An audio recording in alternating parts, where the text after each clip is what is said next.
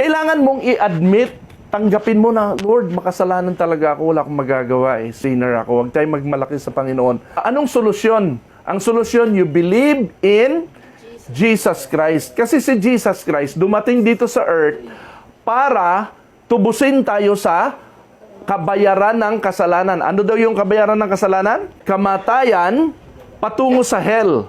Pero bumaba si Jesus para tubusin tayo doon. Para hindi na tayo mapunta sa hell. Kasi si Jesus Christ na ang nagbayad sa ating dapat pagbayadan. Ngayon, kung hindi ka maniniwala kay Jesus Christ, ano pang pag-asa mo? Wala na.